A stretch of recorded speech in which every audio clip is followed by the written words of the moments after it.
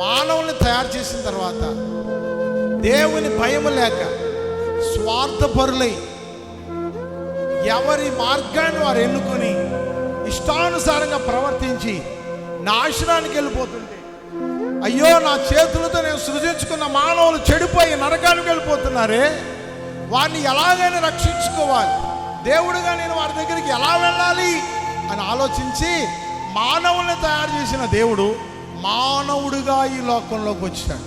ఎందుకు వచ్చాడండి? కడుపు నొప్పి తగ్గించడానిక, మగబిడ్డనివ్వడానిక, అప్పులు తీర్చడానిక, అంతస్తులు పెంచడానిక, అధికారం ఇవ్వడానిక?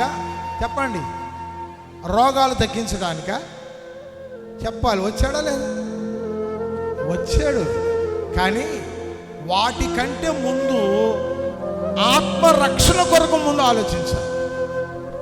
ఆయన అంటాడు, నా నీతిని నా రాజ్యమును వెదకండి. అంటే ఏంటి? నా నీతి నా రాజ్యం అంటే ఆయన యందు నమ్మకం ఉంచడం.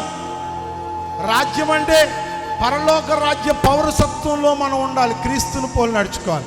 అప్పుడు అవన్నీ ఏమన్నీ ఈ లోకంలో నీకు ఏది కావాలో అది ఇస్తాడు.